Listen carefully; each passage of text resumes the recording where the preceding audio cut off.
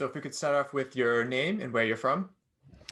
Hello, my name is Rich Ryan. I am from originally Easton, Pennsylvania. That's where I represent, but I've been living in Philadelphia for a total of about 10 years. So through and through Philadelphia at this point. All right. Important question. Who has the best Philly cheesesteak? Mm. Have you been to Philly? So I have. I went a couple years ago to see Paul McCartney. And that was my first time going. Yeah. Did you do the cheesesteak thing? Yeah, we went to Gino's, I think. Okay. You didn't do Pat's? Why Gino's over Pat's? I don't remember. We just asked the Uber driver, who was terrible, by the way. I'll never forget that Uber driver. And she's like, yeah, go to Gino's. So that's where we went. So there's a difference. There's like, at the end of the day, it's meat, cheese, and bread. So it's going to be like pretty good, like junk food. That's just going to be, you're not going to feel great after it. Like the first couple bites is going to be awesome. There's a couple different variations of it. Like there's a chopped and there's chipped. What chipped is more like the slices of meat, which is Gino's.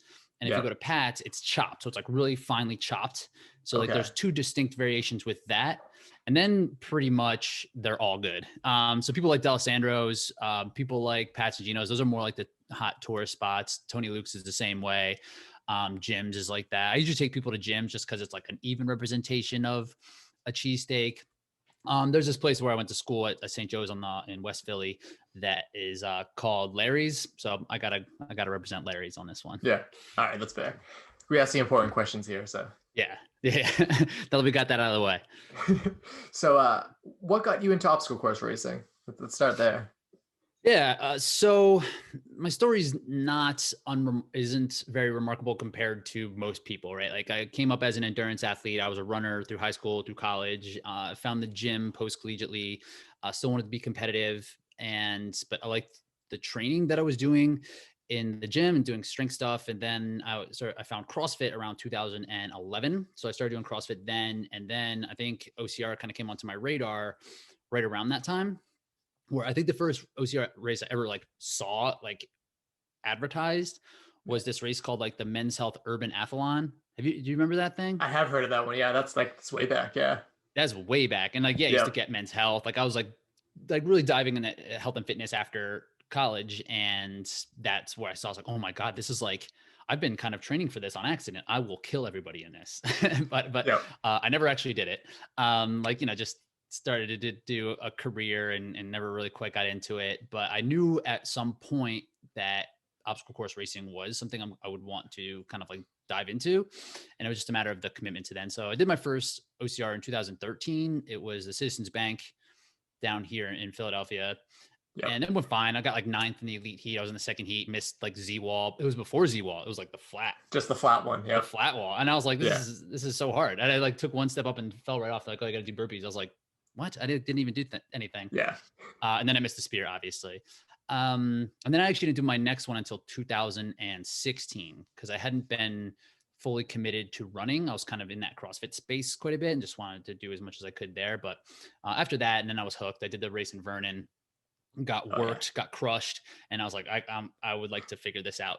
So let me just commit. And ever since then, it's been my main focus. Yeah, running that mountain in Vernon's no joke. That was one of the first beasts that I did because it was either that or Killington. And I'm sure as hell not doing Killington first. So I did Vernon, and that's it's still a doozy. I just assumed it was, I'm a road runner, right? Road and track. So I just assumed it was running was running. I have never, I would run on trails for enjoyment or for easy days, but never run them hard and never ran on the mountains at any capacity. So when I finished, I was like, oh, that was more like a hike. That's not really running. That's more of hiking and just not dying. But I cramped up as much as I possibly could. I probably did 120 burpees that day. I went out so hard, I was going to win the thing and just got murdered. Yeah. So it was just really eye-opening. And, just being younger and thinking about that I just felt like I knew everything there was to know about running and fitness. And it turns out that wasn't the case. So it was intriguing to me from that perspective. Yeah, it's everyone has a plan until they're punched in the face. You're like, oh wow, this is this is what it's all about then. And I think that's why a lot of runners just bail because they think it's going to be easy, and they come in and it's just a completely different thing than what they're expecting, and they just expect their aerobic fitness to carry them past they would consider non-runners, and these Yeah. athletes are for real who are in this sport, and it's a completely different thing. I'm actually glad you brought that up because I think in OCR we have like a retention problem. You know, like we have all these athletes that are drawn to it. Let's check this out. And then they just get beaten to a pulp and they're like, oh, I don't like this. Let me leave, instead of like, let's focus and train and get good at it. Like I think Woodsy is an example that like he got throttled a bunch and then he's like, I'm gonna stick with it. But it's just interesting that so many people leave. I think it's, do you think it's like ego, or what do you think it is there? I think it's a little bit of that. I think if people came into it and were good right away, it'd be easier for them to stick it out, because the way, like, I think about this a lot too. Like if you're, say you're a good trail runner and you are top 10 in any given trail race that you come to, and then you are like, all right, you look at these OCR events and like, I can do this, I will probably win this. And you come and you get 10th in an OCR event, and then you're going to have to change the way you train. You can do a lot of things different than what you normally would to get a little bit better results. Yep. So it's because people aren't getting like the immediate results, I think, that people have a hard time sticking around. And I do honestly believe people don't want to change the way they train. Yeah. It's like they want to spend time, for runners in particular, they want to spend time running. And you kind of need to take a step back as a runner to get better at obstacle course racing. And I believe that eventually you can get to the point where running can be the focal point of your training again, but you might not run the times that you feel like you're capable of running. And it's hard for people to kind of separate from that. Yeah. So it's like if like a 15 flat guy comes in and they don't do well, but they would do better if they ran like 16 flat in the 5K, but spent more time, doing carries, doing monkey bar stuff. They end up being slow. They just don't want to do that. It's just not as appealing, and training is where you spend most of your time. You only race so much. Like, so if you got to like the training in order to really commit to something. Yeah, that makes sense. I feel like a lot of runners are afraid of lifting, and I feel like a lot of CrossFitters are opposed to running. So it's like, you have to be good at both. Like you have to be good at both. You just got to get humbled in one thing or another and be okay with that. Yeah. Right. Like, I think that's where the gym goer has a tough time. There's like, oh, I'm just so bad at running. And it's like, maybe right now you are, but like, you need to get better. Yeah, definitely. Now I know 2020 has been a rough year for most people, but you said it was one of your best for you. Like, what are some of your highlights of 2020? So yeah, like fitness wise, it was probably the most fit I've ever been in my life. And I'm 34, so I've been training for a long time. And I ran PRs. I ran a 5K PR. I ran a 10-mile PR. I did the OCR Stars. And one of the events in OCR Stars was a 6-mile run, which is like just short of a 10K. So I would have PR'd my 10K if I would have kept running the 400 extra meters or whatever. But en route to that 6-mile, I PR'd in my 4-mile and my 5-mile. So like, if you take all those, like the running aspect went really, really well. And I was actually running through it in my brain on a run just recently. Like, I made more money in 2020 somehow than in 2021, where I did in 2019. I'm sorry. When I did like the US National Series and did like 9 Spartan races, 10 Spartan races. I made more money doing like these virtual races this year somehow.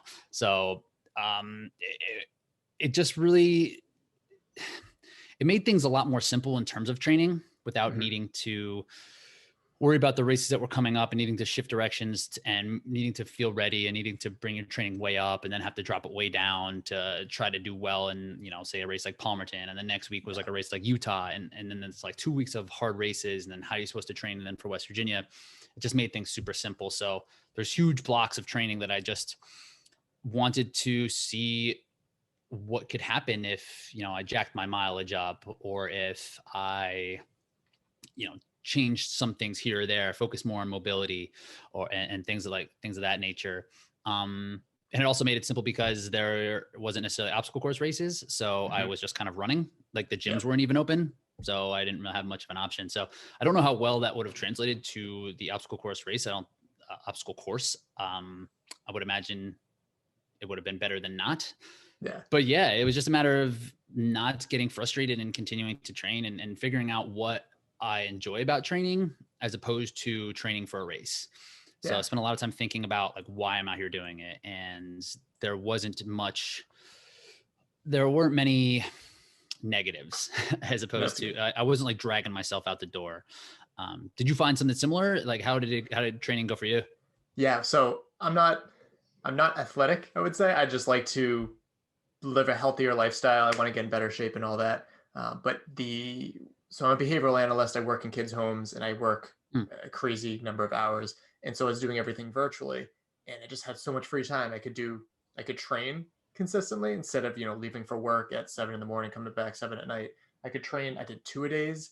I was doing like the Savage Anywhere workouts, and it was nice having like fun stuff to do. I look forward to it, and I was getting in really good shape. I could focus on what I was eating instead of just eating garbage in my car because that's all I had available. Right. So it was a great year for fitness for me. And then once I started to go back to work, like all of the bad habits came back, and I couldn't train as much anymore. And it's just, yeah. Yeah, I had a lot of people like that. It's like, hey, I'm like a professional athlete now. It's like just like some of the athletes who I was working with, it's like just load it up. Like, let's see what we can do with all this free time. What were some things was there anything that you were able to kind of keep in place? Like, did any of the nutrition stuff stick around, or any like the ways to kind of navigate, or is it just not feasible? So my girlfriend's great about like making me like great lunches and stuff. Like we've been focusing on salads, eating a lot of salads, chicken for protein and stuff. But um, it's just a lot of garbage food being around in the house, which like I wouldn't allow when I was home all the time. And now that I'm back to working and she was just working from home, like cookie dough started coming in. And if the thing is like if cookie dough's in the house, I'm gonna It's eat gonna it. get eaten. It's Gotta eat it. Cookie dough, anything with peanut butter. So my girlfriend got me a whole bunch of healthy peanut butter, so I was eating that with like flaxseed, and that was great. But then still a lot of calories in that. Yeah. Either way, you put, whatever else is in it. Yeah. So it just everything kind of went out the window, and it was like slowly like no, and then I'm like I like food. I kind of lost that battle. I'm trying to get back into it. Yeah, well, at least like at least there is something to compare off of, right? Like how you felt when everything was in line, and now what it feels like now, what it might have felt like before. And you can kind of like add things or put things or eliminate things and see if I can kind of get back to how you were feeling before that. So At least you have that as a reference, Yeah, and then another reference that keeps popping up is like, oh, today on Facebook, this happened so many years ago, and it's a picture of me in Killington. I think it was like the third year I did it, and I had like not a six pack, but I had definition lines and all that. I'm like, I need to get back to that. So I kept that as like an icon on my desktop so I can look at it and be like, that. Nice, smart. Do I want pasta, which I love, or do I want to get to like the best shape of my life again? And it's just it's weighing those things out, right? It's like, and is it, and how do either of those things like wrap into your goals and like your happiness, right? Like if it is just, I feel good about where I'm at. So, and eating and living like this balanced lifestyle, that's where I want to be, or I want to be shredded and like see what happens. And like, does that make me happier? And like, there's no right or wrong with that, Yeah. It's a lot of like short-term enjoyment or pushing that aside and aiming for the long term. And you got to get better at that, Yeah. It depends on your goals. Yep. But that's definitely my weakness. OCR is all about working on weaknesses. What are some weaknesses that you've had some time to work on in 2020 and whatnot? So I really was able to kind of lean back into my strengths, which is running on the road, and just almost by necessity.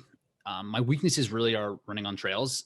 When I think about it more and more, it's not necessarily the strength of things. Like I said, I've been doing CrossFit since 2011, and I'm like fine at it. I'm like strong.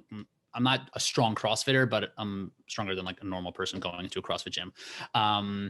But it's not necessarily the obstacles. I'm not great at them, but it's not where I need the most help. It's not where I lose the most ground. It's just the terrain based, like running fast on trails.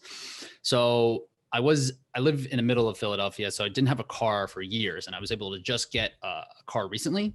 Okay. And that makes it feel helpful because a couple times in the city, I felt a little trapped during the whole COVID situation. And, with the things like a lot of unrest, there was a lot of uncertainty living in the city, which didn't feel awesome. So grabbing a car just kind of added a little bit more of that security there. And now I have much more access to trails. So just recently I've been able to get out onto the trails and run a little bit harder on them. And I took a mean spill yesterday. Have you ever fallen on trails?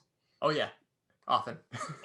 Like I have fallen before, but I was actually doing like speed work, and I was like coming up right at the end. I was like this downhill and just clipped a root, and like everything I was on the ground tumbling around. I was like, oh my God, am I okay? It was like one of those moments. I am okay. I feel fine. That's good. But and that's kind of like what I need to do is like I just need to go out there and fall down a couple times, just know that it's gonna be okay when Yeah. when I do. I guess the nice thing is that I'm not fast enough to fall and really hurt myself. So if I fall, I kind of just. Well, yeah, I mean, you got to try it. Just run faster, see how it goes. Pick a hill and just go down it. And things I've been able to work on in 2020, I referenced the mobility piece, and that was something that I did take a little bit more serious. I try to add something into the training every year to see how it's going to work, and I started to work with this guy. He's like a genius with this stuff. His name's Taylor Cruz. Some of the other OCR athletes work with him, like Johnny Luna Lima. You'll see, like, I think Rebecca Hammond has been working with him, and Ashley Heller's been working with him after she got in her accident. He's just like this mobility movement specialist, and it's not like mobility with like static stretching, which people think about. People always like, oh, I'm so bad at stretching, and that's not necessarily what's going to move the needle in terms of staying healthy. What I found through working with Taylor is just like the way that the resilience in like your joints and working the end range of mobility with them, it made me feel great. And that's been my limiter in terms of training is like pain. Like if it just hurts, it's like less fun, obviously. Yeah. And it just kind of wiped away a lot of the pain that came with training. That's good. So it was nice to be able to kind of focus on that and branch out of just like the typical recovery methods. Yeah, that makes sense. So I first heard about you on the Running Public more recently, and you were very vocal about disordered eating. I'm very like interested in like breaking down like stigmas and whatnot. So what is it like? Because I know that the typical person, when they hear disordered eating disorders and all that stuff, they think like women, like, oh, they don't eat enough. But when it comes to men, I feel like there's an additional stigma. What has it been like? Like, how have people been towards you with that? You know, it's very positive, right? When you speak out, and in particular with food, everybody kind of has their thing, and everyone's relationship is so tied up into their emotions and their upbringing, and no one has the exact same feeling and approach when it comes to food. And a lot of times it is stressful. If like your relationship with food is positive, you're probably in the minority.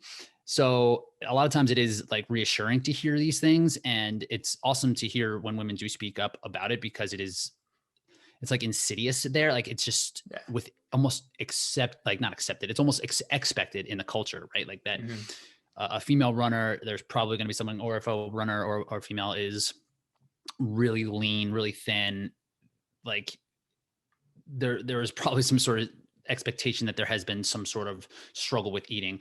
And then it becomes stigmatized, like you said, on genders for some reason. Yeah. And this is something that actually happens with like dieting as a whole. Like men won't do that, or men like feel like they need to eat a lot because that's what men do.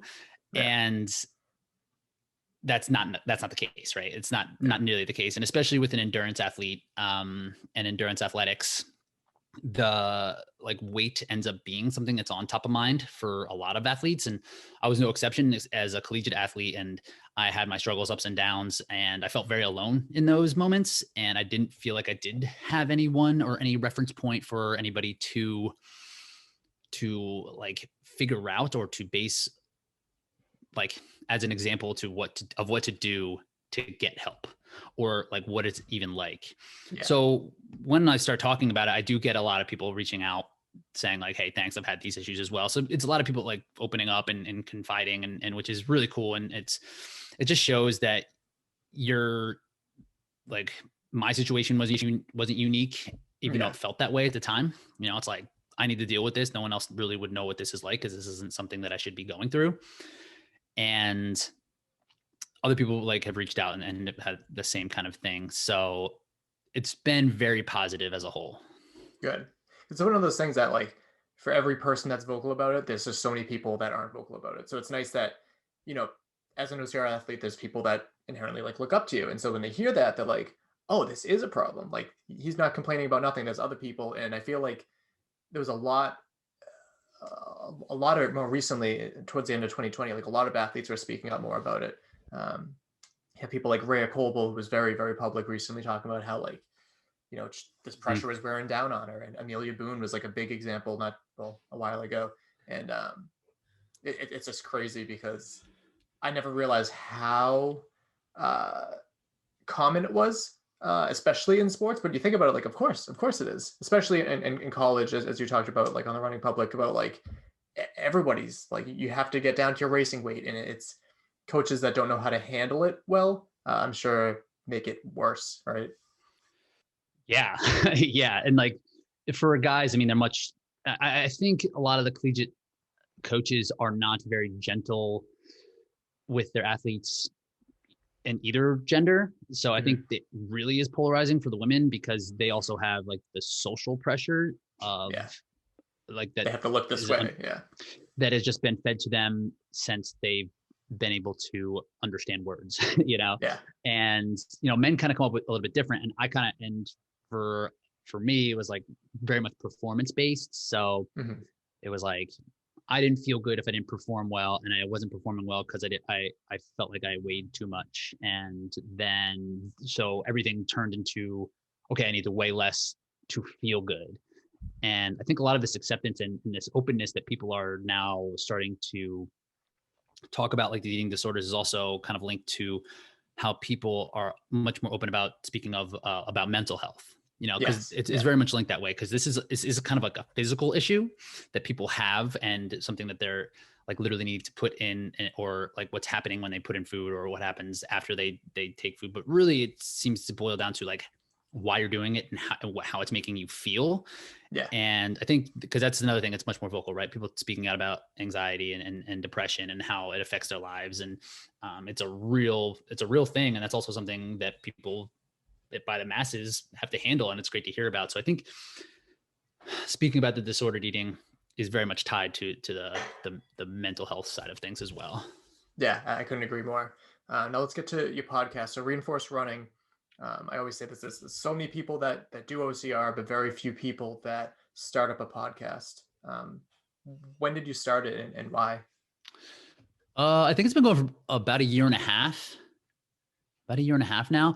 And really, because I have a coaching business that is called Reinforced Running, and I was coaching runners and obstacle course race athletes. And I actually brought on another coach to help me Hmm. in terms of just like handling the total volume of things. And he wanted to kind of help with content, and he wanted to be able to get his voice out there as well. And his idea was he just wanted, like, he kept calling it a vlog, and I was like, maybe, but how about we just like record the audio, and then I'll figure it all out. He's busy. He's like he actually has two sets of twins now. He has like Oh wow, two boys who are like 3, and 2 boys who are like newborn. so boys so too he there. can boys. So he could Yeah, he's gonna have 4 boys in high school at the same time, which is gonna be crazy. It could be their own 4x8. Um, so he's really kind of tied up to do things. So I was like, I'll do this. I'll release the content. We'll record it, and then I'll take care of everything on the back end. And then I've always had an interest in podcasts. I'm a podcast fan myself, and it seemed like an easier way to kind of put out content as opposed to video stuff. yeah, So I was like, all right, we'll just put it out there. And it was more about sharing the content that we wanted to get out there into the world in terms of training.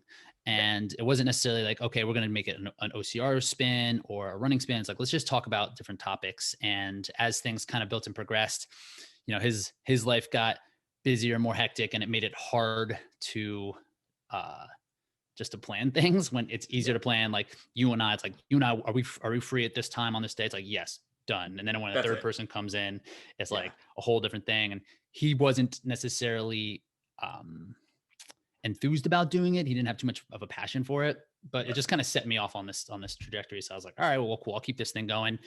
And so it's been about a year and a half. I think we have 110, 112. I lose count on these. Yeah, a decent amount though. Yeah, you guys are in the 200s, right? Yes, yeah, I just hit 200 not too long ago. Just every single week, haven't missed an episode yet, even though my girlfriend wants to take a break from it. So Nice. Every week since since 2017, right? 2017, and it's kind of funny how you talked about how you had someone that was kind of your partner and then kind of drifted off, because when we first started, we had 4 people and we were like a panel. Oh, And I'm like, oh, once in a while, yeah, impossible. I don't know what we were thinking, and we were like, oh, well, we'll just trade off, and it'll be, you know, 2 of those 4 people, and we just switch off, switch off, switch off. But it was just like, okay, me and somebody, me and somebody, me and my girlfriend, me and my girlfriend. So it just kind of turned into that. Someone has to take the reins. If it's like 4 people all like hoping to share the responsibility, like nothing will get done, No. without like, and that would be ideal. It's like, we'll all just like have the same amount of buy-in and do all the same stuff, but like, it doesn't really work like that. And like structured organizations take on these structures for a reason. And it ends up being easier when it's just a couple of people. Yeah, no, absolutely. What else have you realized has been like harder with podcasting than you expected? Was there any kind of unforeseen obstacles or? So I really like it. I like it a lot. I thought I would like it. In terms of the unforeseen obstacles, I think it's hard to figure out the best route to go in terms of like publicity and PR and pushing the stuff. Yes. It's nice that they have like subscribers, right? So you can kind of have like a subscriber base and kind of live on its own, and it doesn't necessarily have to live on Instagram or Facebook or Twitter or whatever. Like they're found on Spotify, Apple or whatever, and like if you put it out, like those people are going to get it. But like growing the thing is harder, and I just think like, okay, if the content's good, people will find it, but like you kind of have to tell people about it. Yeah. So just like finding the time to do the PR stuff.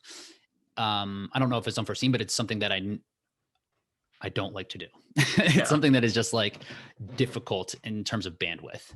Yeah. I have the same issue where 1, I'm an introvert. And 2, I'm not big on social media. I just don't like to spend all my time on the computer, and like to be good at spreading your message, like I don't want to be annoying about it. So like you have to be good at stuff that I'm not good at. It's difficult, right? I know. And like, that's one thing too. I'm the same way. I'm almost social media adverse. I have to be on it. I've kind of chosen like, okay, I'm just going to do Instagram, because if I try to do Facebook, Instagram, or branch on something like a TikTok or whatever it is, like it's going to drive me crazy, and I won't use it for just the specific reason that I need to, which is like business or PR reasons. I'll get sucked into like what is nasty about social media. I'll start like just scrolling, and it's like, I don't want to spend my time. I don't want to spend my mental energy always like scrolling through Facebook. Like, so I just like kind of don't go on there, and like I'll get messages and I won't respond to them. So if you message me on Facebook, I'm sorry, try Instagram or instead. But like, so there's a barrier there, and I'm sure there's a way to figure it out, but I think it would kind of take, like, have you ever looked into like having like a virtual assistant do it or something? I haven't, no, but that would be an idea. Yeah. But it like costs money. Yes, exactly. Right. Yeah. And I didn't get into the podcasting. I have no intention of it being like a money maker for me. It's more of a way to kind of get my voice out there in terms of coaching. And it's like, to me, it essentially operates like a blog where, it's evergreen content that is going to exist, that is my personality and my philosophy on coaching, where like someone like you or like Will Hicks, Matt Davis are out there trying to cover the sport. It's a little bit different, right? Because it needs to be like, the topics need to be like fresh, and they need to be entertaining, where I can just talk about like threshold runs, and that's like, threshold runs will always be threshold runs. They'll always be threshold runs, and the people that don't want to hear about threshold runs, they won't listen, and that's fine. But the people that do want to learn about it, and who might be interested in coaching or interested in just like becoming better athletes by using threshold runs, like that's what it's for. So it's been nice just to be able to like hunker down on that and be like, I don't necessarily need to care about anything else besides like this specific lane. Yeah. How do you figure out what's like worthwhile to talk about? Well, it's really hard, especially following 2020, where like well, there's nothing to talk about. Yeah. I don't know. So initially, we just started off the podcast as to be like a time capsule. Like we'll talk about our experience at this race, blah blah blah, and then eventually, I'm like, I want to hear from these elites, because I just feel like there's so many awesome people in the Northeast that like it really doesn't have enough exposure. So I'm just trying to figure out like whatever big stuff is going on, I want to talk about it. I want to go there if possible. Naturally, with 2020, I had to transition more to these kind of interviews, which has been an adjustment. But so you were doing in person for the most part. Yeah. Cool. If there's an event, we would be there. pretty much every New Jersey race, every race in New England. So we'd be traveling a lot. So that's been kind of nice taking a break from that when some events are like, 4 to 8 hours to get to sometimes. Right. But I just kind of went where I wanted to go. And because if you're not enjoying it, it's going to be kind of miserable too. So I try to find a balance between like what I really enjoy, what I think other people would want to hear more about. And sometimes we'll go to like regular running events and I'll interview people, and it's kind of awkward there because road runners are like, what? They don't know to say like, why are you here? Whereas OCR, it's like, okay, yeah, everyone's heard of Mappy Davis. Everyone's heard of like, there's some sort of media outlet. So I definitely try to go more towards OCRs. And in New England, we have so many local OCRs that it's a lot easier for us. There's always something happening. But yeah, just trying to go whatever I found interesting, really. And to base it around something that is like an event, right? It like kind of bakes in what the content's going to be. It's like, we're here to cover like this fit challenge. Exactly. Like, that's what we're going to talk about, so that makes it easier. Yeah. So, as opposed to like kind of creating narratives, which like Matt Davis kind of has to, right? Like he's like, what is interesting? That's like what people are talking about. That'd be kind of hard too, but that's kind of what you've had to pivot to, right? Yeah. One of my best episodes to date has been Mark. Oh God, I get the two confused. Mark James or Mark Jones. God damn. I always get them confused. Whichever one was on the East Coast and moved to the West Coast, but he was talking about how like he wasn't getting paid by Tough Mudder. He's like, I want to go on your show and talk about it. I'm like, okay. And then people loved it. And I'm not usually like the breaking news kind of guy. Like Mappy Davis can have that kind of sensationalize all that stuff. But there is the kind of that allure that like, oh, this did really well. I should probably do more of this. But if I'm not like passionate about it, so it's right. Finding that balance there too. And like you mentioned, like just the nature of your personality versus like a Matt Davis, which is like introvert versus extrovert. Like, Matt's like he wants to be talking to people. Like he like lives for that. Like if he was by himself, he'd probably be like bummed. Where you're like on your end, you're probably like, all right, let me save up some energy and go out and get some information, come back, chill out a little bit. So it's like, it wouldn't work, it probably wouldn't make you happy. No. And something that I like about your podcast too is not only do you have like training advice and whatnot, but you talk to some really interesting people that I like, especially the person that you said was your rival, Joshua Reed, probably one of my favorite people in the Northeast. And you've just talked to some like really, really awesome people. And I really enjoy that too. Thank you. Yeah. People have been great. People have been open. There's a lot of interesting, great athletes to talk to who have a lot of knowledge. Right. And that's what I found really interesting about OCR. And when I've started getting into it, is like, I need to figure this out. Like I need to at least try. And there is no real set way right now. So speaking to every different athlete, everybody has like a different approach, where if like I was talking to just running coaches, we'd probably be having the same conversation over and over, because there's kind of a way, like there might be different philosophies on how people might recover, or like the cadence of people's schedule, or, people doing like breathing, whatever, like, but most of the time people are going to be doing a lot of volume and doing like some interval work, Yeah, exactly. But with OCR, it's like you can pick out something new that someone is doing, or just like a mindset somebody has, and like, oh wow, like you actually do go run in water, you run in the creek. It's like, I guess I should start doing that. Yeah. And Joshua Reed especially, he's a character. And he's great too, because he's not from a traditional endurance background, right? Like so he's like learning it and like putting it together with what he has known in the past, which is like extreme sports and like bodybuilding. Yeah. And then he's like wrapping all this stuff. So he has like this great large knowledge base that he's all like tying into one, where an endurance coach knows running, and like running coaches, all they think they need to do is run. And Josh is like kind of figuring out, it's like, oh, like running is also important. Like, how can I work all this stuff together? And he obviously has an awesome personality, awesome, hilarious personality, which is like entertaining. He is. Speaking of OCR athletes, why do you sound so much like Benny Gifford? Dude, I was listening to an obstacle, like it was probably right when I started to do my podcast, and I was listening to Obstacle Dominator when it was like still like a thing. And I was like, I don't sound unlike him. I don't think I say the same things as him. No. But that's a distinction there. That's a distinction. But if it was like a side by side, maybe I should have him on. We should just like talk and like have like a scripted thing and like flip and see who, and then have people guess who's who.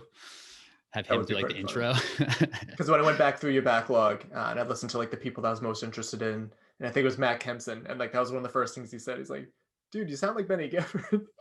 I was like, Yeah, yeah, I don't think that's wrong. Because, but when you're and doing a podcast, I now know exactly how I sound when you talk and you don't hear it recorded back. You don't quite know, but when you hear yeah, it back, like, oh, it's like, can't argue that. So yeah, I don't know, man. it's weird. I don't think anyone enjoys like the sound of their own voice too. And so when I listen to my own podcast, it always needs to be like 1.5 speed. Whenever I do like an intro and an outro, I look at my girlfriend. I'm like, I hated it, but let's put it out there because people enjoy it. It's just like random banter, and I it's know. I know. I felt that way. And I used to have that like big resistance when it came to like writing. Like I've never been really confident in like my ability to write well. And like I've had to yeah, really practice and just get over it. It's like, this might not make a ton of sense and people might not read this the way it's supposed to be. Like I'm meant to have written it, but it just needs to go out there. yeah, But I'm with you. Two times speed yeah. makes me happier. Definitely. And you mentioned that you listen to other OCR podcasts, but like, what are some examples of some other OCR podcasts that you listen to? This isn't a trap or anything. So I don't listen to too many OCR podcasts anymore. With since I started my own podcast, just because I want, like, especially in my area, the way I see it is that I am a coach, right? And I need to have like, I'm developing philosophies and changing how I want to present my philosophies to the public, right? So my thoughts, they need to be mine, like Yes. I can't Yeah. have them be infiltrated by others. So like, I don't listen to Running Public that much. I know they do a great job. I've listened to some where it's like, but like, I know my philosophies aren't that much different than Kirk and Bracken's. So I Mm-hmm. need to know that it's mine and That's that fair. like, I'm not constantly like there's a lot of information swirling in my head. So I need to seek out the information that I want. And I do that Mm-hmm. more with reading. And I use podcasts more for entertainment. Like I don't have a TV. And a lot of times people ask me like, okay, like, well, what do you do? I just listen to podcasts and like do the dishes. And I just Yeah. listen to like sports podcasts. Like I don't even watch sports, but I just listen to sports podcasts pretty much. That's that's funny. With OCR Which one? content, I'm like the exact opposite. I listen to everything and I try to like take the best of some of them. And more often than not, like I'll listen to an interview, like I'll listen to you talking to Josh Reed, we'll use him as an example again, and I'll be like, oh, he asked him this. And I would like to hear more about this. And I'll kind of make a note and I'll listen to another podcast and just kind of make a culmination of that stuff. Almost like studying. Yeah, yeah. Because It's like doing research. I'll be honest, I'm not like big into like I'm just trying to get in shape. I'm not trying to get good at OCR yet. Right. Maybe once I lose a little bit more weight, but then eventually I'll go to that. So it's cool listening to like training advice from Bracken and Kirk, but like I want to hear what they're talking to Hunter McIntyre about and stuff like that. So And that's funny, right? Like I don't find athlete interviews that compelling. I don't. Yeah. I just really don't. So if it is like, if it's someone that I really need and I speak to a lot of OCR athletes, so I kind of know the story and like it doesn't change that much. And even when it's like professional athletes in like like a professional basketball player, like if they're interviewing, I don't know, Steph Curry or something like that, it's probably not going to be that compelling. Like I just am just Yeah. not quite into it when athletes are in it. Mm-hmm. Like it feels better. Like, did you watch the Michael Jordan documentary? I didn't. I heard a lot of people talking about it though. And that was really cool because it had so many years for things to kind of digest and for like reflection to happen. But when athletes are kind of like in it, they're so in it that it's hard for them to kind of speak up, like to zoom out and talk about like why things are happening the way they are. And that's more what I'm interested in. Yeah. So like if I'm going to listen to like podcasts that to do like things like research or study, I'll listen to something like a Tim Ferriss or something. Like how is he asking these questions? Like how is the flow of the podcast going? Like, is that something that I enjoy? Or is he doing something that I don't like that I do? It's like, oh, should I take that out? Like what kind of things do I need to kind of move around? So yeah, I listen to podcasts all the time, but not a ton of OCR ones. And that makes sense. So you listen to all of them? I used to, and then there's more and more. This thing is like so many. It's an endurance event, right? So many people think like it's Yeah. so easy. I had 2 people reach out to me just this week that are starting their own podcast. And they wanted some help, and I'm like, hell yeah! But just so you know, like it's a long-term thing. It's slow to grow. You got to enjoy the process. But yeah, I listened to definitely over 10 different OCR podcasts. Um, Nice. so it's fun because I get to know them like on a personal level too, and I really enjoy that. But yeah, it's just like a cool little, like, the OCR community is awesome. And so like the OCR podcast community is just like a subsection of awesomeness too. So I Mhm. really enjoy that. Yeah. Is that something that you found too? Like, do you like the longevity of it? Do you like the endurance piece, or was that frustrating as well? I do. I found comfort in, like, so the consistency, like never missed a week in 2020. I think that definitely helped pull me through it, where, crazy turmoil of like people completely lost their schedule, and we're creatures of habit. We need something to look forward to. Um, and just constantly having, like, okay, Sunday night, let's get out an episode. It had some sense of normalcy that really helped me through it. But even like normal times, like getting through the work week, like, oh, I can't wait to go to this event, talk to some awesome people. And Mm. I also kind of selfishly used it as a way to break out of my comfort zone. And I say Yeah. that all the time, but like, I was terrified to talk to these elite athletes. In fact, I first started, I think it was episode like 70, when I finally started talking to them. I made the decision. I was at a wedding one night, and we were in New Jersey. I'm like, I'm going to drive up to City Field. I'm going to interview athletes. And I think it was Bracken, Isaiah Vidal, and Ryan Kent were the first three I interviewed. And I was so fucking nervous. And I started talking to them, and you realize, yeah, they're just normal people. They're incredibly athletic people. But we just put them on a pedestal. And I want people to realize, they're cool. They're awesome, but like, they're just people. And it's cool to hear more about them. That's so funny. I was sitting at a table after the race in Utah last year, and it was like me, it was like Kirk, my buddy Luke Bosick, and like Ryan and Lindsay came and sat down, and like I think Kempson and Woods. It was like this whole group of like OCR athletes. And then my other buddy, who was just like, who ran like age group, he was sitting there with me. He looks at me, he's like, I shouldn't be sitting at this table. I was like, why? What are you talking about? Like, you shouldn't be racing at the same time as us, maybe, but like, you could Yeah. definitely sit at this table and talk with us. Like, what do you like? That doesn't make any sense, because yeah, Yeah. like, nobody thinks that they're beyond or bigger than anything, because like the sport's pretty small. Like, it isn't Yeah. LeBron James, like it's not like a constant onslaught of people trying to get their attention. So yeah, but has it helped you Yeah. get out of your comfort zone? Definitely. Still nervous with Atkins and Lindsay. They're the nicest people. There's no reason to get nervous around them, but like, it's intimidating just by who they Yeah. are. Yeah. They Yeah. might have people like looking for their attention. Like, they're the few people that might be getting bothered, Yeah, but I'm that's not fair. sure. Also, you mentioned the running public too, and I know you don't listen to them as consistently, but do you think that you help like in part inspire them or keep them on their toes to kind of keep putting out quality content, since you In are terms of like similar? competition. Yeah, yeah, definitely. That's what I'm Yeah. I looking for. mean, um, not really. I think that like I look to them as like, yeah, like I do, because there is like limited amount of bandwidth, right? Like, when we Yes. talked about social media before.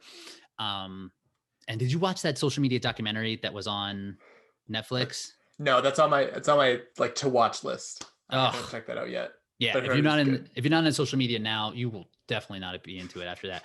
But they talk about it. It's like, they're not, it's not even about, because we always think it's about data, right? It's about Mhm. like, but this documentary's point, it's like, it's not about, they're not vying, they're not bidding for your data, they're bidding for your attention. Like, if you're on Yes. YouTube, you're Okay. not on Netflix, right? If you're listening to the Running Public, you're not listening to the Reinforced Running podcast. And that's true. And Mhm. like, but I think that, I don't think that they would look at my podcast and be like, okay, we need to step it up because Rich is doing XYZ. And I honestly don't do that with theirs either. Mhm. And if anything, it's just a matter of like how much they're crossing is like, are we doing the same stuff? Like, Yeah. how different is this? And I do think it is different. And maybe it's Yeah. just me like examining it, but I don't think so. And I've talked to Bracken a little bit about that, because it's like one of those things. There are enough people, and if like you come at it with like this abundance mindset as opposed to this limited mindset, it's Mhm. there's so many people, and there's even that so many people in the sport. Like, we if they had like 3/4 of the attention of one race that happens at like Vernon, their podcast numbers would be insane. And if I had the other quarter, my podcast numbers would be insane. Like there's so many people, and there's so many people that do this in the podcast that like, there's enough for everybody to go around, and like, everybody wants a different flavor, you know, and nobody has specific personal preferences. So like, the more podcasts there are, the better. Maybe like, that's fine if they want to be more podcasts, but no, I don't necessarily think they look at me that way. And I think that, you know, even been like talking with them, it's much more camaraderie and like, as opposed to like, what are they doing versus what am I doing, kind of. Yeah, I see it the same way too, because as I said before, like I'm friends with a lot of like the OCR podcasters, like Will Hicks and Mappy Davis, like we're all in a big text group and all that. But you're right, it's attention. You're competing for people's time. I don't have a competitive bone in my body, so I don't really look at it that way. But you're not just competing against other podcasters, you're competing with Taylor Swift's music. You're competing with radio, which some people still listen to. You know, so it's yeah, you're right. You're competing for people's time and attention. It's interesting looking at it that way. But yeah, I just see it as like, we're all lifting each other up, right? Like if we can like raise more awareness of the sport, like, yes, it is legit. Yes, we do have awesome people. We should be taking it seriously. Like we're all doing the same thing, right? And I guess it is like how you just mentioned, is since it is such a long-term thing, it isn't like, okay, like they had Johnny Luna Lima on, like I need to get a guest as Johnny Luna Lima, right? Like it's like, if something happens down the road and Johnny Luna Lima can come on my show when he's ready to talk about something different, cool. But like, I'm not so interested in week by week. It is like, I'm in this for the foreseeable future, you know? So it's not, I'm in it for like the long game. And I just try to remind myself that too. It's just it's an endurance bout. Yeah, absolutely. Couldn't agree more. I already talked about Josh Reed. All right, so let's get to the Obstacle Racing Collab. So what is Torque in your own words? Yes. So Torque, it's a team of elite OCR athletes. There's 15 of us, and we've teamed up to really help create a support system for each other. And with the idea that it's going to help drive the competition further. So when you look at the competition aspect of things for obstacle course racing, there's so like limited resources to really help facilitate professionals that like only a couple people can really truly reap the benefits of being a professional athlete in this sport. You know, like there's a bunch of people, there's the puppy. That's there's a bunch of people who are like racing at the same level or similar levels. But to be a true professional, like there's not that much support in place. Hold on a second. Is this okay? Yeah, not a problem. Dude, I'm sorry about that. That's okay. Better than screaming children. So. Oh man, yeah. He just got his dachshunds are a little bit of a barkers. He's about a year old, and now he's starting to kind of bark a little bit more. But he's really cute, and we love him. Yeah. He's the best. So I was talking about how athletes, there's like this like disparity between the top athletes and like the rest of the field.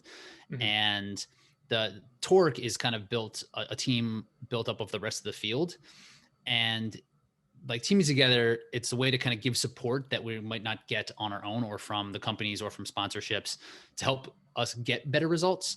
And it could be just through camaraderie, through training help, or just like teaming up and just having like extra accountability and just like seeing what we can do if we band together and if we can get better results that way, right? Like, when I look at it as like a big picture, again, like zooming things out, like where is this going to go? Like, what is this sport? Where are we in terms of like the story of where this sport is? And like, it's still pretty early. And when I was looking at other sports and how they all kind of formed to this date, I was looking at like the NBA, and the NBA, like as a sport, was created in like 1901. And then like the NBA didn't happen, like basketball itself, the NBA didn't happen until like 1950 or something. So it took that long.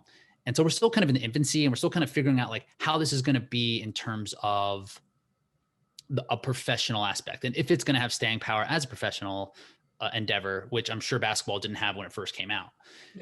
And as athletes, like we don't have too much that we can do. Like we're not going to go start our own like obstacle course race league, right? Like we're focused on getting good results on the course. And the best way as athletes that we can do to help make this sport more compelling is to get better results and to push those athletes at the top. So athletes who are getting, sixth, seventh, eighth at national series races, if we can push in and to get near that podium and to help push those athletes who are currently getting the most support to help them get better and get further into the sport, it's just going to be like more compelling. And like, as athletes, like that's the most we can do, like to help the sport, right? Is get really freaking good at it. Because it just seems like there isn't necessarily a way to do this. So if we can figure out a better way, and then we can push the sport forward, we can share our story, and that's ideally what we're trying to do. Yeah, I think it's awesome. When I first saw the account and I saw like it was really cool. Like it had like a cool background on like every kind of athlete, and some friends of the show were on there. I know Logan Broadbent, Joshua Reed, who we talked about, Aaron Rost. There's some awesome people, but I also saw you have some up and newcomers, like Lily Elkin, I believe, was on there. So who are some other people that you guys are comprised of? Yeah, so they're all like kind of established, right? Like Aaron's been second at World's Toughest twice, right? And Twice, yep. Logan's pretty well known in the sport. Then In all it's sports. yeah, exactly. It's like if we can get Logan as good as obstacle course racing as he is at boomerang, he'll be like crushing. He'll be on all the podiums. Exactly. So team has athletes like Lauren Longfield, who's a Northeast athlete, who is a ridiculous athlete in terms of what she can do with volume. So she's gonna be really, really good at the ultra endurance event. She won that like mountain race on Joe's Mountain at Joe's Farm. Yeah. Yeah. I don't know what it was called. It was like a weird thing, but yeah. It's a weird thing, but she went and she ran it a million times and like beat all the guys. And like, she just ran her first road half, like she'll and crush ran like 125, which is like 6:23. She thought she was going to run 7 minutes. Like she's just super talented and just getting into the sport. So she's going to be one to watch. This guy named Nick Mosk, who last year was his first year racing, and he won a race out in Seattle. He beat Aaron Newell and Josh Fry, but he's just new. Nick Reichert, who's been on the show, who's kind of that guy who's right around the fringe. He's just young, talented, but is just like raw. So just like kind of molding him in. Then there's guys like me and Mark Gaudet. We're kind of in the same like kind of feel where it's like, we'll get top 10 at a race. Mark was like 15th at Tahoe, but just like right on the fringe. So just like, what can we do to get him to that next level? Lily Elkin, like you mentioned, super young, gets great results. Then two completely outside of the field, there's a girl named Crystal Bacon, who was a Olympic trials qualifier in last year. So she's run 2:44 for a marathon. So now she wants to come in. And again, it's just like another guy named Vince Pikowski, who's an Army Ranger, who is super talented runner, and having them come in is going to be really interesting because you make mistakes in this sport and they're going to have 13 other people who've already made those mistakes. And we're just going to be able to like kind of get them past that right away. Yeah. And then athletes like Jamie Brusa, who's 12th at Tahoe last year. Who am I missing here? Sean Stevens Whale. He was third at OCR Stars. Really good, talented mountain runner. He's based out of BC. So he's awesome. He'll get top 10 at most national series races he shows up that are in the mountains. I think he won Toughest East a few years ago too. Yes. Yeah, absolutely. Annie Doobie, who's also kind of new onto the scene, extremely talented, and just needs to like figure out what it is to take that leap into that next field. So again, there's a lot of those athletes who you'll see on the podium. Lacey Burgess, I think I've named them all. A lot of athletes who will be on the podiums at like regional races, but when it comes to the national ones, they're not quite there, and that's myself included. So those are the type of athletes who are going to be on this team. So it's 15 total. And another part of this is I really want to try to tell the story of the athletes and be able to give an interest in who they are, so that when they're on the course or there's results to be seen, like people know who they are and people care about what's happening. People are like, oh, that's the person that I know. I heard them on this interview, or like I know who that person is. I follow that person. Because to relate back to the NBA again, it's like that's a star-driven league, and the sport itself is easier to follow and more visually appealing than obstacle course racing or any type of running. But like to make people care, like you're probably going to have some you're going to need some like star power. And right now it's like, Hunter McIntyre is like our star, right? So we need like to build people up and like kind of create those people, get good results. So, and then letting the spectator learn who that person is behind the results. I think it's gonna be really important for the growth of the sport. Yeah, I completely agree. And you listing those names, like I know most of them, trying to be more in the media side of things, but there's a Mhm. lot of them that I don't know their names. And that has me excited to learn more about these up and coming people. And like you talked about Lauren Longfield. Like I reached out to her, like Jersey girl. Like, oh, looking forward to seeing her at some more Jersey races and just being more aware of these athletes. Definitely, I think will be helping the sport. Yeah, and that's the thing. Like that's the goal. And I think I was like, oh, how will I know if this is successful? Like, what would that look like? That was And my next question. Yeah, okay, yeah, it's like I just want every one of these athletes to have the best year that they've had in obstacle course racing. Like yeah, then that's what works. Because that's ideally the reason behind this. And for me, who is a coach, like I need this to work. Obstacle course racing, not to work. I need obstacle course racing to work long term. yeah, yeah, And I don't necessarily know what that looks like long, like 10, 20 years down the road, because we are still like in this really early phase where things could go a lot of different directions. There could be different companies there could be separate leagues that happen. It could go the route of professional running, or it could be more like UFC, which is like kind of what we're doing now, which is everything is tied to this company. hmm But if other companies come and like there starts to be competitive outside of just Spartan, like we're going to need like representation, and there's going to need to be something outside of just like Spartan. yeah, And I think that's a step in that direction as well. But really, all we can do right now is get good results. And yeah, like that's the only thing that the athletes on the team care about, is like making sure they kick ass. yeah. And like if I can help them do that, and if we can all help each other do that, like that's success. Yeah, no, that makes sense. What are you interested in expanding it so you have 15 people? Like if you have someone else that's also in that same kind of situation, they're really good locally, trying to reach that national series level. Are you interested in like kind of adopting more people to the group and expanding it a little bit more? Or Potentially, I think right now, like we need to see if this can operate in any capacity. And like, Mhm. is 15 too many, or is it not enough? Like, what does it look like? Because I still want it to feel like a team.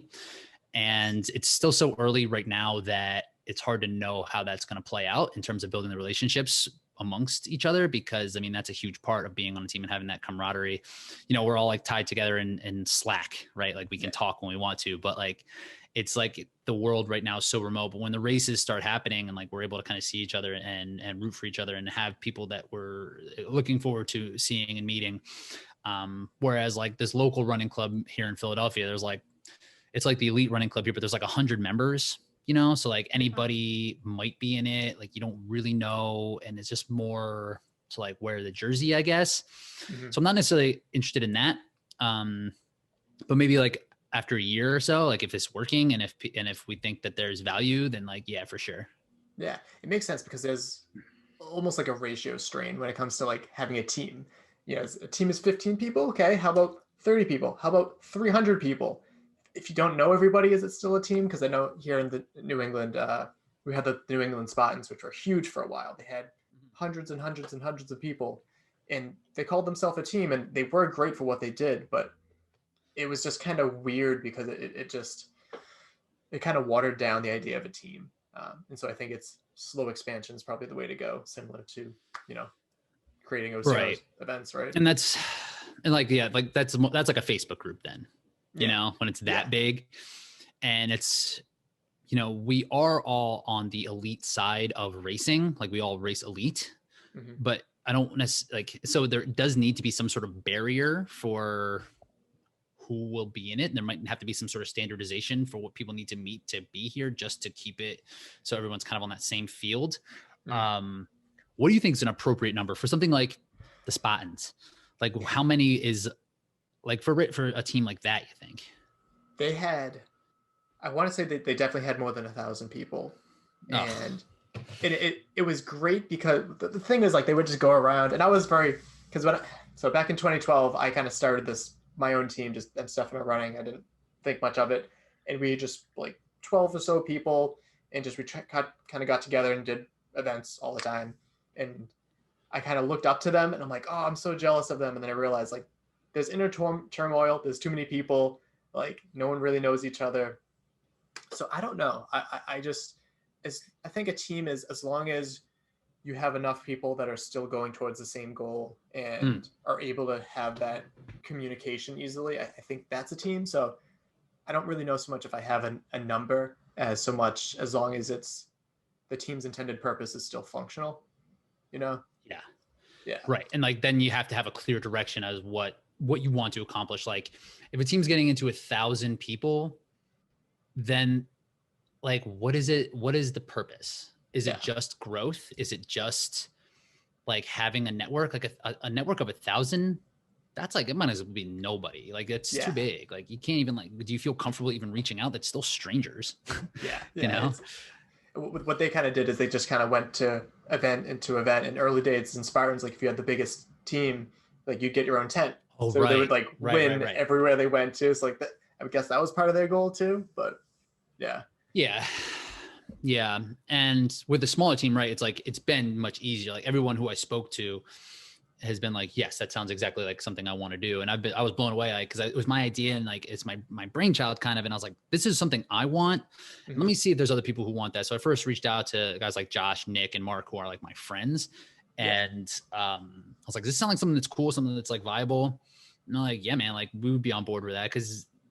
And I think people are looking for community, especially in obstacle course racing, because it is such a niche thing still. And you go to the races and it's the best. You go and it's everybody's kind of like-minded that way. And you can stay there forever and just talk to anybody there. And like, you're going to relate to them in some capacity or another. And this is just like kind of a niche within that niche, right? Like, okay, we're here and we all are like, we're 10th. We want to be 5th. You know, we want to be 3rd. Like, so that's like, boils even further down into like what that direction is. So it's going to be much easier to manage with this many. And I can't imagine it being too much bigger. And because there's also a matter of bandwidth in terms of training, because there is a training component with some of these, like some of the athletes, you know, working together in terms of like writing out programming and figuring out what's going to work for them. And everybody has a full-time job. Right. So no one is a professional. So, and that's what I've been fortunate to be a full-time coach, is that I can take on some more and help more people with their training, where if they might not prioritize like spending on coaching or like figuring out their own route and their own type of training. And they're just kind of like putting it all together as they go. Like, then it's just going to make it much more clear. And like, I just want to make it as simple for them as possible to do as well as they can on race day. Yeah. It's smart because like there's so many traps you could run into in terms of like nutrition and grip work and this and that, and just having this team to kind of help each other. Like, I've been through that, I can help with that, and I've been through that, I can help with that. I'm really optimistic about what the goal of this. And people like Mark Audet, he's someone that I don't think I found out about him until I heard him on Strength and Speed earlier last year. And he talked about like Dupuytren's contracture. And I don't know if you know what that is. No. So he has, you might be out of turn talking about this, but he had a surgery on his hand. So it's something where it's like a nodule, and basically it like takes over your fingers and it eventually turns into this. And so I just got diagnosed with that, and he was diagnosed with that. He talked about it on the show, and he talked about how he had surgery. So I just reached out to him. And again, talking about how like these are just regular people, he sent me pictures of like what the surgery entailed and all that stuff. And it was just super cool finding someone like that, because I had never really heard of this weird thing before. So it's reaching that kind of goal too. I think it's helping the sport in that way as well. Absolutely. Yeah. So with only 15 people on the team, what are ways that other people that obviously aren't on the team can help out? That's a great question, you know, and that's a really good question. I don't think I've necessarily thought about it. Because we are just in the infancy. It's like, I just want to have the attention. So like, cause that's anything. I want people to care, like, and you know, they got to get good results for them to care. So it's like the main thing first is for people to do well. So just like following along on Instagram, interacting with, like you said, reaching out to people like Mark Audet, like following his story. And you know, if someone like Annie Doobie is going through or post something that you can relate to, like reach out to them and like talk to them, like, and just engage with the team as a community, and just being open. I think that'd be like the best bet. And there's no real way yet to figure out like how we are going to need any type of support outside of just the fandom, more or less. Yeah. Because it needs to work first, you know, like it can't get too far ahead where it's like, hey, we would love donations, we would love sponsorships. Like we're not I'm not even thinking about that stuff yet. I mean, I'm kind of thinking about it, but I'm not like trying to put much into place for anything that way because it's so early and it needs to work, right? Like these people need to get results. This team needs to operate as a team, and we're just starting, right? So right now, like you have me on having to talk about this is tremendous help because I just want the word to be out because these athletes are all awesome and they all should have the attention of the people in the sport who want to see this grow. Yeah. And if you're involved in the sport to some capacity, like you find value in the sport, whether it is just you want to push yourself as hard as possible, or you like to do things that are really hard and like feel like you're a better person because you're coming out of it. Like there is value in training really hard for it as well. And pushing yourself and these professional athletes, these top level athletes, like they have value and they have things to share. So I think just like following along would be the best thing. Yeah. Smart. And I think it's, I think it was Faye Morgan who you recently had on, and she was talking about like being a part of something bigger than yourself. And obviously she was talking about the military there, but like same thing with this too, right? That's going to make everyone better. Absolutely. Yeah. All right. So we can begin to wrap up. Where can people follow you, follow the show, follow Torque? Yeah, absolutely. So I'm reinforced_running_rich on Instagram. Like I said, that's probably the best place. The podcast is the Reinforced Running Podcast. Talks about strength, nutrition, training. And then as part of Torque, this is part of the experiment as well, is also kind of using the Reinforced Running platform as a platform for Torque and kind of doing updates on what's going on with the team, what's going on with the individual of the team through the podcast medium. And the only reason we're doing podcasts is because that's all I know how to do. So we're going to try to do YouTube, but right now it's just like we're taking the video, like the Zoom video, and putting the podcast on YouTube. But I think I'm going to have to kind of rethink that a little bit and figure out ways to make that a little bit more accessible for people. Yeah. But yeah, there's an Instagram, the Obstacle Racing Collab with underscores under everything. Torque is our acronym. So yeah, follow us along on Instagram and just reach out to the athletes, start following the athletes as well. They're all right on there. So yeah, we're going to continue to try to build things out. Perfect. I'll link all that below. Also, one final question. What do you have for plans for 2021, assuming that there's events? Personally? Yes. Yep. I don't know, man. Like the Jacksonville race popping up kind of threw me off guard. Will you go down there? Were you going to check it out? No. One, with my job, I'm not even allowed to leave the state. But no, just Florida's a shit show. I wouldn't go down there now. Florida's like, come on in. I was thinking about that too. It's like, what if I go down there, run this race, and I get COVID? Like, that would suck. That would like ruin the next month of training. It's not the event that I'm worried about. I'm sure the event's socially distanced outside. It's traveling there. Unless you're driving in your own damn car, which is an experience in itself. I've done that before. But like, the airport is a cesspool of just germs and I don't trust it. I don't think we're ready for that yet. I'm with you on that. And if I was I'm not going to do the national series again. I did that in 2019 and it was like fun. It's really costly. And it's like hard to train, like living in the city. It's hard to train for races like Big Bear. Yeah. You know, it's like, I'm going to go out there and just get crushed. Like, cool. So I'm not going to do the national series. So I don't think I'm going to do Jacksonville. I would like to do the High Rocks event, that invitational one. I don't think I'm going to get the invitational invite, but I'll probably do the New York one. I'll probably do some stadiums. I'm probably going to do Vernon. You going to be at Vernon? That's the plan. Yes. Yeah. You think it's going to happen? I don't know.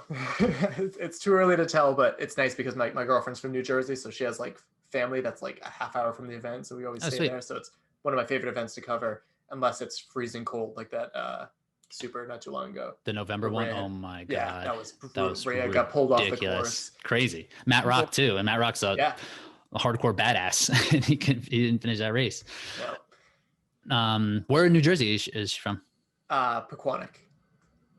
So it's, I don't really know where it is. I should know better. It's fairly close to New York City. I know that. It's like a half hour from New York City. Oh, okay. Got it. But, yeah. So maybe doing Vernon. I mean, a beast isn't necessarily in the goals, but I just would like to get out there and see where it stacks up because like I said, I worked so hard on my running fitness last year that I'd like to see how it translates. But I don't know. I would like to do some decafits. I'd like to do some high rocks and do the regional races. If Tahoe happens and that's like the North U.S. American National Championship or Seniors. something Yeah. like that. Yeah. And that's in September.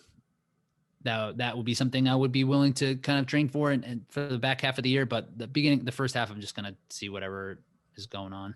Yeah, smart. I'd love to cover High Rocks. They sound like the most spectator-friendly events, and Decafit, if that ever happens. Yeah, but the Decafits, they have a couple on the calendar. There's a couple of Florida races, Okay. and Yeah. there's one in Georgia in April. The High Rocks event in New York City is the same weekend as City Field. I'll always pick City Field. I love my stadium races. I love covering those. So assuming that they happen again, but yeah. Assuming if they happen, maybe you could do if you're not going to race either, because I think High Rocks elites go at like noon. So maybe you could be in Queens, get the elite, talk to whoever's there, pop on over into, I'm sure it's in Manhattan somewhere. I don't know, maybe. Yeah, I am really good at stretching myself thin, so I might have to think about that. Just overcommit. It's no big deal. Yeah. Yeah, that's a good idea. But yeah. All right. So that's kind of it. And then hope to see you at one of those events. Definitely. I think that'd be awesome. Absolutely. Yeah. And just hoping Torque just plugging along and that we're able to race and be out there and able to show off what we can do. Awesome. Thank you so much for your time. Totally. Talk to you soon. Perfect.